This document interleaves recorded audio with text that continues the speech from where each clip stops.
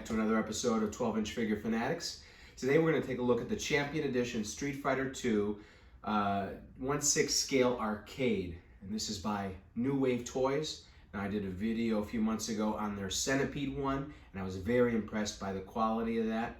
And we're going to crack this one open and see if this one's even better. All right, so like I said, I did a video on the Centipede version of this a few months back, and not that I'm a real fan of Centipede, but I did want to check out what a 1/6 scale video gameplay would be like, and so I got it, and then I might end up getting rid of the Centipede one now that they've come out with this, because I do like Street Fighter 2, and hell, if there's another one that comes out that's even better, I'll probably get rid of this one, because I really don't need a whole lineup of arcade games, although you know, you might be very gung-ho about this type of thing, and you might want to do that. So one thing that they've done in this version that wasn't in the Centipede version is they've added an external controller, so it's a lot easier to actually play. So there it is, 12-inch scale, play scale arcade machine. Bonus mini fight stick for a 2-player competition. That's what I was talking about here. So it's got real micro switch joystick, metal coin door stash box, mini fight stick rear storage compartment. So you can play directly on the console, but it does have that external controller, like I said, which definitely comes in handy. Makes it a little bit more comfortable gameplay, a little bit more ergonomic.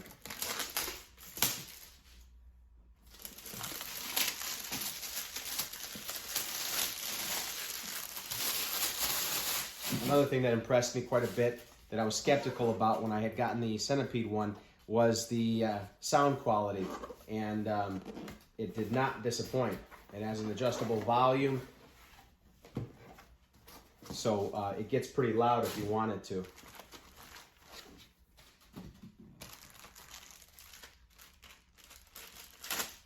Whoa, things are flying everywhere. All right, so just like with the other one, you got the little coins, very tiny. USB cord, standard. And some 3M sticky things.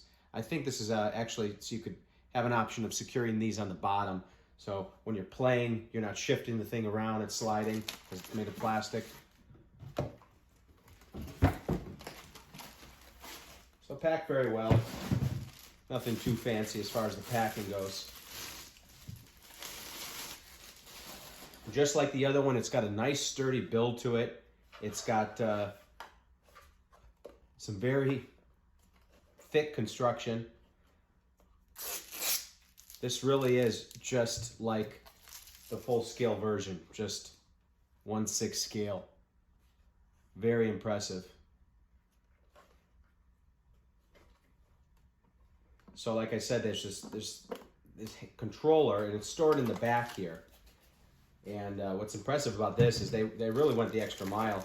They actually illuminated the back side. So when this controller's sitting in here, it glows like it's begging you to play with it. So I'm gonna charge this stuff up and then get back to you, and we'll check it out a little bit closer.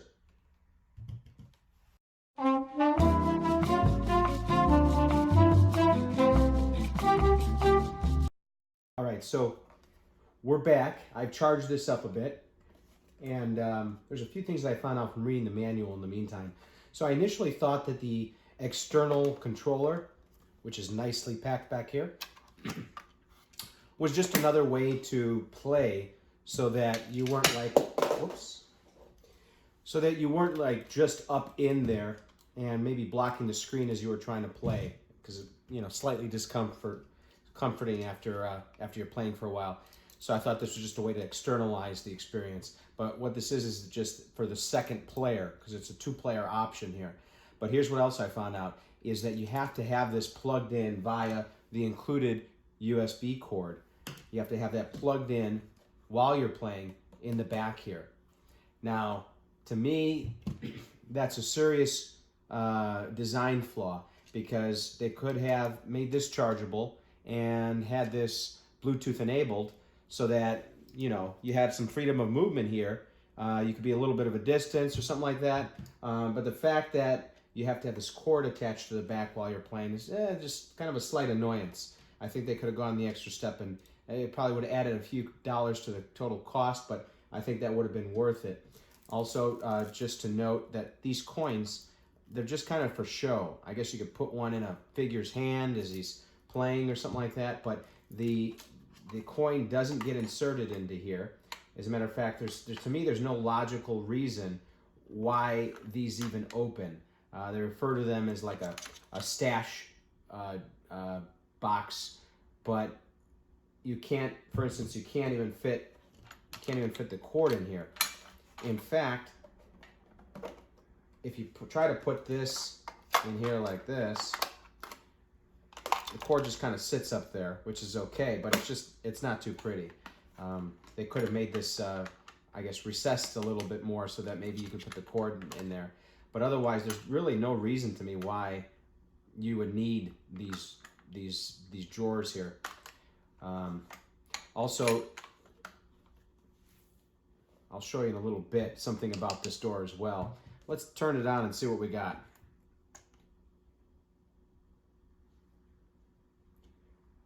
All right, so right away the lights turn on.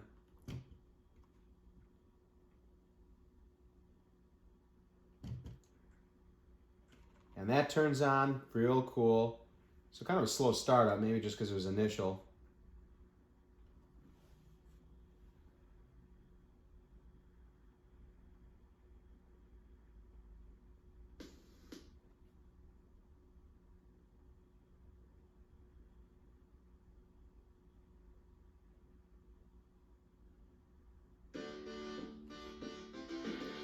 So the sound is actually coming from back here. And see what I mean about this thing lighting up. Let me take the cord out of there so you can see it better. So there's a red, white, and blue LED. So lights up the controller real cool like that. And the volume is up all the way. So that's as loud as it gets. And then you can turn it down. All right. So here's kind of in demo mode right now. That is real cool. Accurate sounds. So the way you start to play actually is you deposit coins sort of notionally by pressing this button.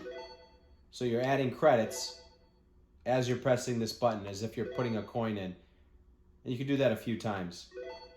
And then you would press one player, or there's a two-player option, as I stated. And then the gameplay is pretty much like we're used to. This was always my favorite guy, the sumo wrestler one. So we'll choose that.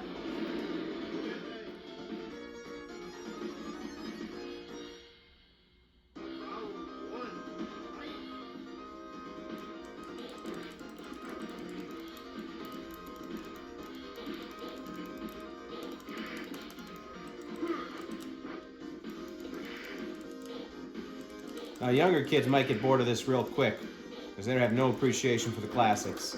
For them, it's all about realism, graphic support, and all that stuff, multiplayer gameplay. But sometimes you just got to return to where it all began. And for some, this is a very nostalgic experience to be able to play this. Well, you get the idea. So, one thing I wanted to bring to your attention, let me turn the volume down here. You can't tell very easily, but this says 25 cents on it, and it's got some insert coin labeling in there, but it's really hard to see. And what I did in the last video is I showed how all you have to do is put something a little opaque, like a piece of tape, put that in here behind the display area, and it makes those words pop out way better. So just watch the last video I did on the Centipede version of this, and you'll see what I did and the instructions on how to do it. But I gotta say that if it had that Bluetooth enabled feature of the controller on the back, instead of having to have it plugged in, I'd give this a solid 10. But because that's missing and you have to have that cord attached while you're playing with the second player, I'm gonna have to give this an 8.75. That really takes it down for me, is that controller issue. But the gameplay is awesome. The sound is awesome. Just the visuals of it. I mean, they really put a lot of quality into constructing this product. And if you're going to get one, I definitely would say get this one.